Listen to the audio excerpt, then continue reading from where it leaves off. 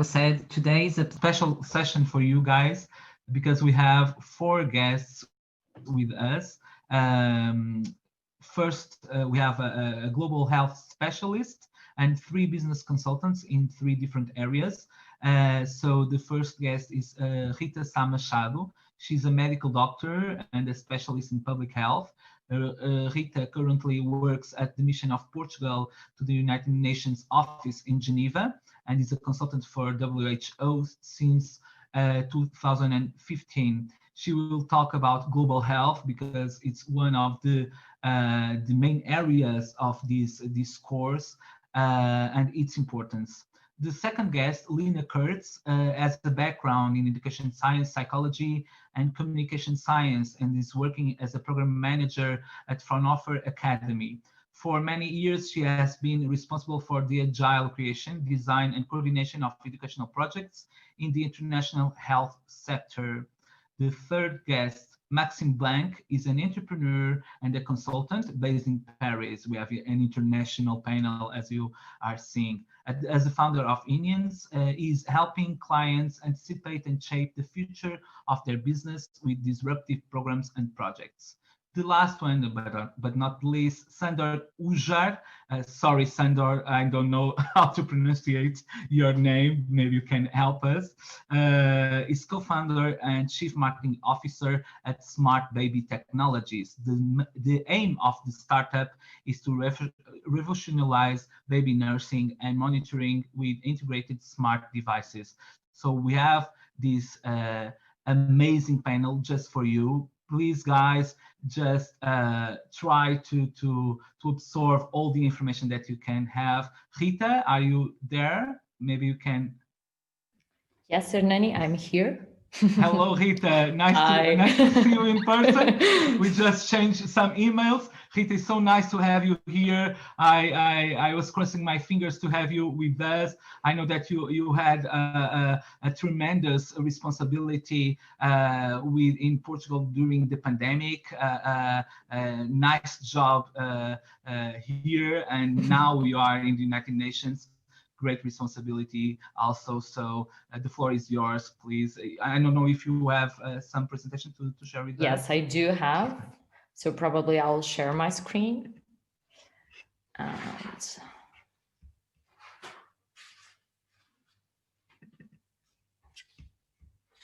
I think probably now you're seeing my screen. Yeah. So perfect.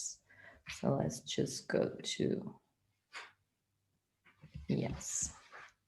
So let's start. So thank you so much for the invitation. I'm very glad to be here today to share a little bit of my experience. It's quite vast, so I selected a few things that I thought it would be more interesting. But please, if you see my profile and you think there's anything else that you might ask, please feel free to email me, text me on LinkedIn, so it's fine. Sometimes I take a bit to reply, I'm sorry, but I'll do reply, so do not worry. So as Hernani said, so first of all, I'm going just to say that I will start with a brief introduction of myself, and then I'm going to three main experiences that I already had, one at the local level, one at the national level, and another one, the current one, on the international level. Of course, these are, the three main that I thought it would be more interesting for you. And I will, I think, touch base a little bit on what Tiago was just saying and summarizing a few things I think I'm going to. I call it pitch stop here that I have from the local level to the national level, because sometimes I like to, have the 20 seconds to say, hey guys, are you there? Do you have questions? So, sometimes on this interaction, I feel it's quite, so I call it pitch stop. And then, of course, final remarks from my side. So let's start. And I'm going to start with a very boring part for me because it's talking about myself. So my name is Rita and I'm a public health physician. And I'm also a global health specialist. And as Hernani said, I'm also a consultant for WHO, but mainly my work has been around public and global health. So my main areas of interest are migration and health, health emergencies. So the pandemic is one of my, this kind of public health emergencies. They are quite one of my interests, nor of course, and study the impact and try to mitigate what we actually do. And then health policy. So it's something that I've been also working on, especially with WHO, the health system performance, and also international development, more focus on, of course, the link among health and poverty. So I left you also here one of my mottos that is kind of, it's not exactly this, what we do in life echoes in eternity, but what I feel is as a public health and global health specialist, we have, the power to change lives. So we need to choose things carefully. Of course, we need to have strength, but we also need to, think things wisely because every decision counts and this was one of the main things that led me not to be a common physician like being a cardiologist because the impact that I would have with my work and my team's work would be especially for one patient at the time, but with public and global health we can impact whole populations. So this is a very big responsibility that I take up. So starting on the local level, and as a public health physician on a public health unit, I was a public health physician for 5 years at Porto, the beautiful city of Porto. So Porto is a city that has mainly 220,000 population. And you need to actually work on things on the public health side and innovate on a health basis for this very different kind of people. So let me just remind you a bit that the public health side, we work with WHO Public Health Essential Operations. So a lot of we do, sometimes people do not know what we do, but a lot of what we do comes with surveillance. So we need to be, with alert systems to know that everything is working correctly for the health purposes. Then we need to be monitoring things that we are doing. So if we implement programs, we need to be monitoring them. It's very important for us. And our three main areas of work are health protection. So we protect people from specific health hazards, so specific risks that come. Another thing that we all actually do is health promotion programs. So for us, promoting health and well-being is a very important part of our daily lives. And another one is to prevent diseases. And of course, we do this by having a great governance structure on health. And public health, it's not a silo. So we actually work with a lot of partners around and outside of the health business. So we, of course, work with the habitat team, we can work with the food team, we can work with the environmental team. So it's not just a health side. To make health better, we need to work other sectors. And this is, one of the powerful things about public health. And then, of course, we need to ensure that the public health workforce is very mature and is great for the job.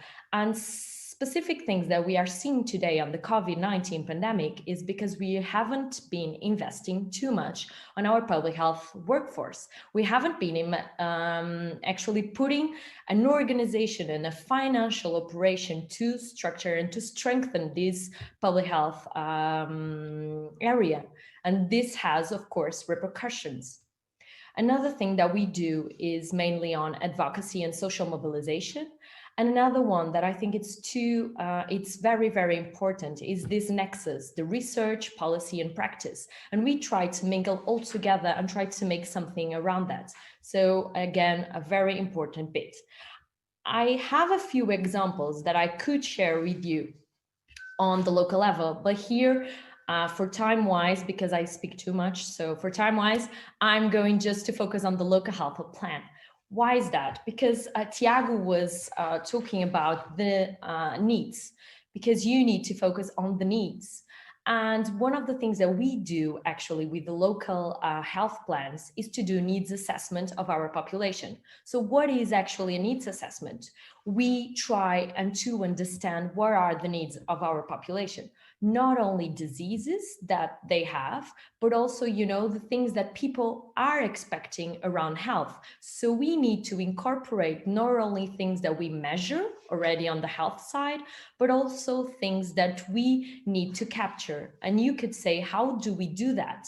Talking to people, talking to communities, talking to health professionals, to actually incorporate people from other areas of work and asking specific questions. And this is, this has a very great component that is quantity perspective, but also a quality research work. And we do this usually for in 4 years at the local level to have our health programs implemented the best way as possible. So with this information, the local health plans, we are able to try to implement programs different from the population, for example, from Porto to the population, for example, from Coimbra, because they are two very different populations. So we need to adapt. This is one of the mottos of the public health people.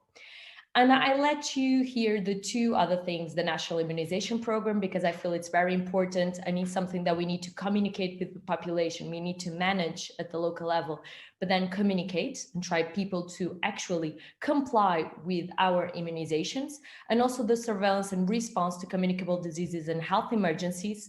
Why is that? Because when we work on surveillance and response to communicable diseases, we need people to understand the risk.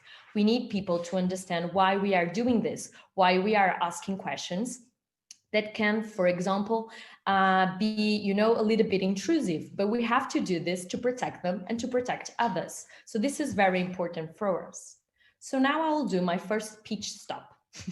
So it's the 20 seconds that I ask you if you already have some question, or if you want me to continue to the national level. This is kind of a journey. Or probably left it for the questions and answers, but please feel free to interact with me. I'm very glad if you do say something. So the second part, as Erneni was saying, is I have been at the national level, and I have been almost for 2 years at the national level before I'm here at the international level, but I was the head of the Division of Epidemiology and Statistics at the Directorate General of Health. So this institution, DGS, as I kindly call it, is an institution that is part of the Ministry of Health. And it has a huge work, especially with guidelines, technical and normative guidelines for health. But also, we need to make sure things are working around population. So my main job was putting up a surveillance system, and also modernize the surveillance system, and also monitoring specific things. So I'm going to show you two examples.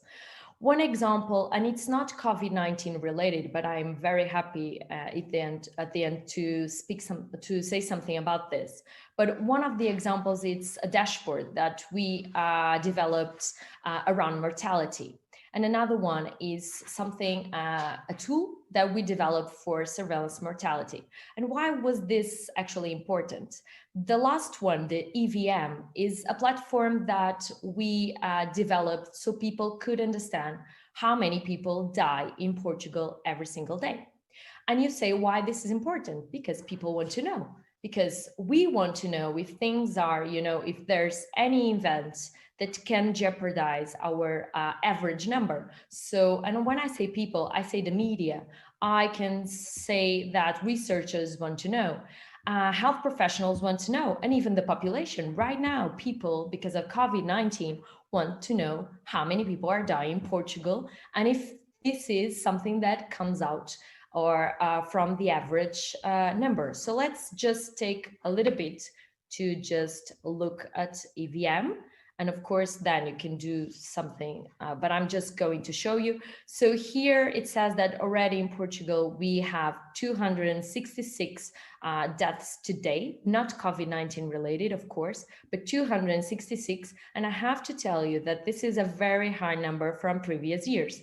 And here on this graph, you can actually look and see from the last 5 years if this is something that is on the average or is a little bit higher than expected. And from the average is something that is higher than expected. So this is a tool that we put together, but of course we also had the second part of the tool is, of course, we can put the tool, but then we need to understand and explain to people how to use the tool. Because if people do not know how to use the tool, then they can say very, very bad things, as we already have seen it in the media, for example. But let's go to the other one. Another one, it's the dashboard.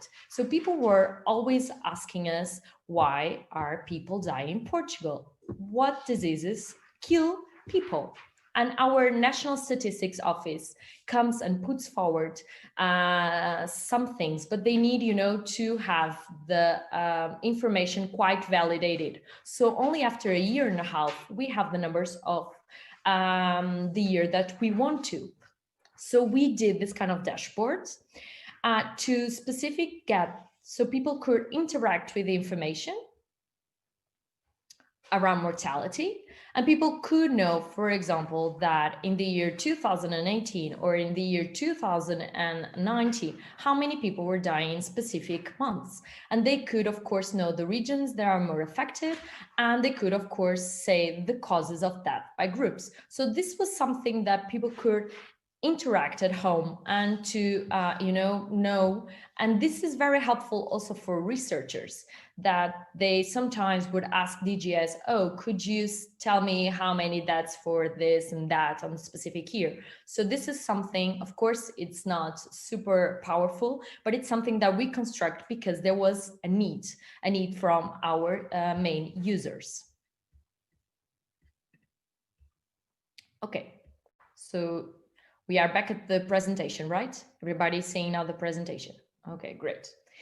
So at the national level, this was the main job. But during the COVID-19, as Ernani was saying, we had to adapt a few of our things. We need to build a new whole surveillance system for COVID-19, and I have been doing that until the end. And my team had to have done that. And also we had to also monitoring the mortality on COVID. So we needed to not only add one layer of another disease, but we had to make physicians that are the ones that certify deaths to be very, very attentive to the COVID-19 and actually put there that is a COVID-19 death. So we need to adapt the system, innovate things that could not put the only work on the people that are using this here, the physicians, but also to make information very, very, a very straightforward way. So now I'm going to do my second speech stop. So any questions so far? No, a very quiet crowd. Yes. Okay, perfect. There is Dora. Dora, please connect your microphone and feel free. Sorry, I thought you were saying hi. Question. So your mortality, your AVM, do you analyze like a social cause of death, poverty and such? Okay, it's just great question. Yeah, great question, Dora. So the EVM is something, it's only information that we can see. So it's like very, so it's not information that is already settled. What I'm going to say this is the amount or the number of deaths is 266, but perhaps in like 2 days or 3 days, it can be 265 because it's very crude data. It's not analyzed data. So when the data afterwards, so there could be a certificate that it was wrong. So we cannot extract that kind of information from our death certificate because, it would not be accurate. And another problem that we also have, and I'm a physician, I can say this, is that physicians usually don't put that information like where I would say that in 50% of my death certificates, I would have that kind of information. Sometimes, of course, they are very busy because they have to have their patients, and you know, death certificates sometimes are done at the 2 a.m. shift. So it's very complicated to have that. What we wanted is to link the death certificate to the social information, but we're still waiting. I'm sorry, this is, you know, I'm still thinking that I'm in DGS. So DGS is still waiting that the data protection allows some of these things. As you know, we need to follow specific rules. So it's very complicated to mingle this kind of information. And I have to say that is a very high burden to ask physicians or to any health professional when they are doing their jobs to, you know, repeat some of the things that are already on the personal information of that person. But thank you so much, Dora, for the question. Welcome. Thank you. Is anyone else? I was not seeing it, so okay. No, we have a question. Okay. I don't know if it's Rui. It says it's a hard task to make health professionals to collaborate and show them the importance of having good indicators. I think it's more of a comment than a question. Yeah, we can go back to that. It's very interesting, and I totally agree. But I think is because we are very bad communicating the importance of having those indicators. So if we communicate and if people understand why are we doing this, and we are not adding another layer of work to those people, they can actually be pretty, you know, comply. They can comply as much as possible. And sometimes it's us that we take things for granted and we do not explain why are we doing something more.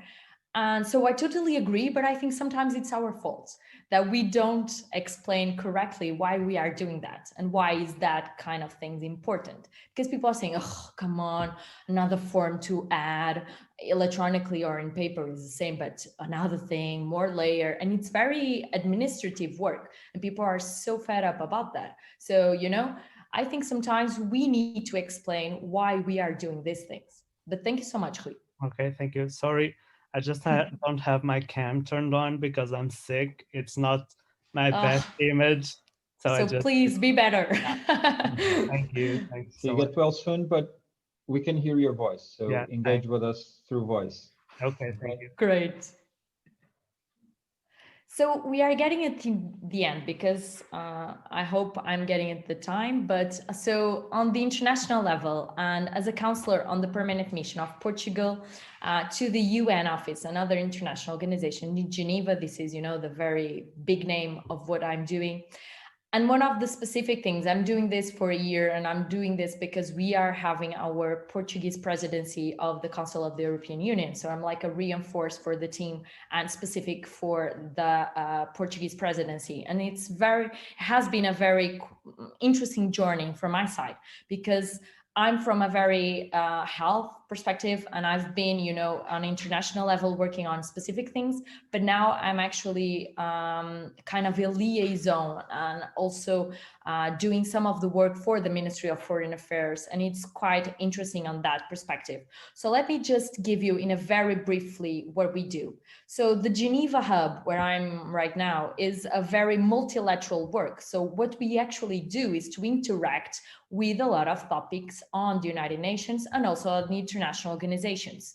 So we cover, there are few specific diplomats and counselors, but actually we do things on health, labor, trade, human rights, disarmament, climate, digital, humanitarian affairs, and migration. So people have a really broad topics, but specific people cover these areas. So the Geneva hub is quite interesting because our job here at the mission is to promote and pursue Portugal interests, policies, and action on the UN system and international organization. Of course, we need to also ensure the representation of Portugal and its active participation. And during the presidency, we also have to make sure that we foster coordination of common positions among EU member states. And in specific areas, that thing is kind of, you know, very straightforward. So for health, usually the EU member states are quite, you know, in the same line. But for other topics, such as, for example, migration and health, migration, it's very complicated to have common approaches on EU member states. And if you hear the news, you know what I'm talking about. So this is one of our main things that we do, and it's a very interesting part. And another thing that we do is to oversee the contributions made by Portugal, because we as taxpayers also, you know, contribute to these institutions, and we have to make sure that these institutions put our money in a very, very good hands and do things well with our money. So I'm going to give you very briefly some examples. One of them is the Independent Panel for Pandemic Preparedness and Response. And this is a panel that was constituted after the pandemic started, of course. And it's an independent panel that aims to evaluate what has been doing since the start of the COVID-19 pandemic by WHO and member states, and to actually learn from, to have a lessons learned kind of a perspective. And member states push this very, very hard because it's very important for us to learn with the pandemics. We already had specific things that we have the 25 pandemic of H1N1. We had other pandemics in the past. And what we feel is we are not learning enough. So because of that, there was this panel that was constituted and member states pushed that forward. We also, Portugal, pushed that forward to come. And this is, as I said, a very important topic. Another one is the COVAX. And I'm not quite sure if I have time to show the video, but just to tell you that the COVAX aims to have equitable access to the COVID-19 vaccine. So what it aims at, put all countries together and say, okay, once the vaccines are coming, we are going to equitably distribute them by the north and the south and east and west. So this is, you know, something of a push that also specific countries made. And it's something that also has been something that we here at the mission liaise and work with. And another one that is a very important one that I think is all sectors, and I'm giving here an example, but all sectors at the multilateral level had to adapt their response and everything they do because of the COVID-19 pandemic. And I'm saying this, but we had to adapt our lives to the COVID-19 pandemic. We cannot go out as much as we want to. We cannot be with our families for Christmas, but a lot of things we need to adapt. So all these structures also need to adapt. And one of the things is the humanitarian sector. And I'm saying something about this because the humanitarian sector is one that it's usually most affected if it's a climate problem or if, you know, it's a security problem or what it is. But now we add again an extra layer of burden. So now we already had the COVID-19 response. So a lot of the work that we have been doing so far in the humanitarian sector has been linked with the COVID-19 response. So this is a very important shift that actually happened here. Not only WHO on the multilateral side work, the World Health Organization, but, you know, other organizations, the International Organization for Migration, the United Nations for Refugees actually had to change some of the work. So I'm just finalizing, and I think I got a little bit time, but a lot of the things that have been doing, I have been presenting you from the local, national, and from the international side, actually comes from the things that Tiago said at the beginning. So we have to question ourselves, we have to observe, we have to experiment, and we have to do a lot of networking. And here at the international side, at this diplomacy, we need to also do a lot of networking, but also observing what countries are doing and putting forward our main interest is. But, you know, we have to look out of the crowd. We need to know what is the best opportunity to put our idea forward. So this is one of the things that I think it's the most interesting part for you to know. And I think I got enough. No more final comments. Otherwise, I'm putting in jeopardy other presentation. Thank you so much. Thank you, Rita. Thank you for sharing with us your experience, and thank you for the students that have already engaged.